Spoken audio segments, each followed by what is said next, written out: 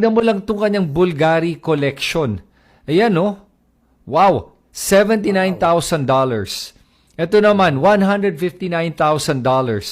This one's $43,000. Tapos, $84,000. Grabe! Tapos, meron silang Paris apartment worth about 80 million pesos. And then, dito sa apartment niya, makikita mo dito na nakaupo siya dito sa isang upuan crafted by Belgian designers. And lumalabas dito, there's only 50 available worldwide at a price of about 735,000 pesos para sa isang upuan.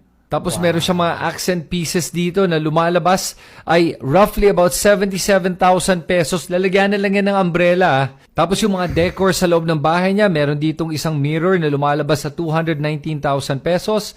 Tapos yung isa naman dito ay itong mga giraffe trophy heads for 66,000 pesos each.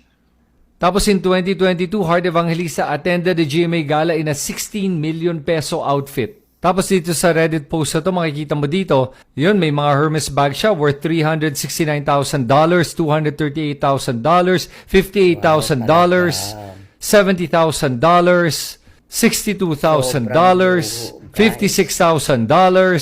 Wow! At marami pang iba. Again, pag tinignan mo tong mga items na to, parang hindi tugma sa kanyang kita yung mga meron niya. Si Heart din naman pag tinignan mo, hindi siya ganun ka luxurious dati. May pera, pero yung ginagawa niya ngayon, medyo malala yung paggagastos niya kumpara sa dati. But definitely, they have a lot of explaining to do as a couple.